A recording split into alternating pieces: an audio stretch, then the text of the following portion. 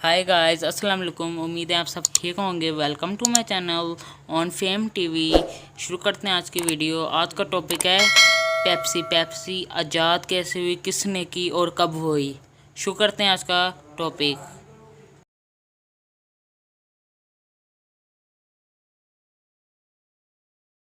इसको बनाया club brand him Pepsi को।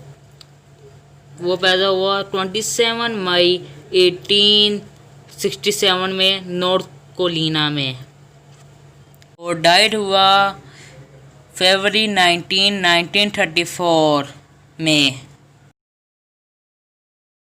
पेप्सी उस ज़माने में तैयार किन चीज़ों से होती थी? Sugar, water, caramel, milk, lemon and vanilla के से वो तैयार होती थी उस ज़माने के अंदर। पहले ज़माने में पेप्सी को क्या कहते थे? पहले ज़माने में पेप्सी को कहते थे ब्रांड ड्रिंक।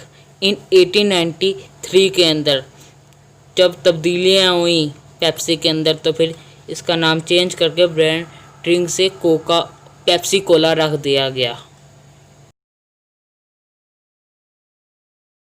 पेप्सी कोला दुनिया की पहली कंपनी है जिसने 2 लीटर्स बोतल के अंदर कोल्ड ड्रिंक देना शुरू की। सबसे ऊपर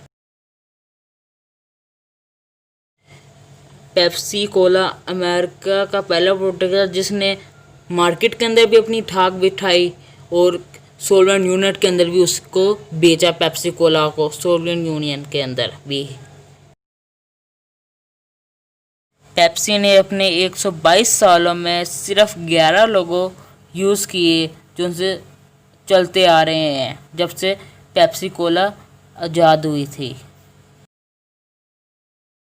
पेप्सी कोला दुनिया का ऐसा प्रोडक्ट है जिसने सबसे पहले स्काई राइटिंग की आसमान के अंदर।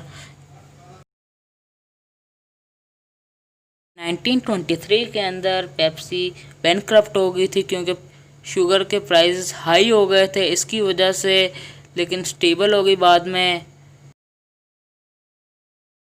पेप्सी अमेरिका की पहली कंपनी है जिसने घोड़ागाड़ी छोड़ के मोटर कार शुरू की 1909 में 1909 के अंदर।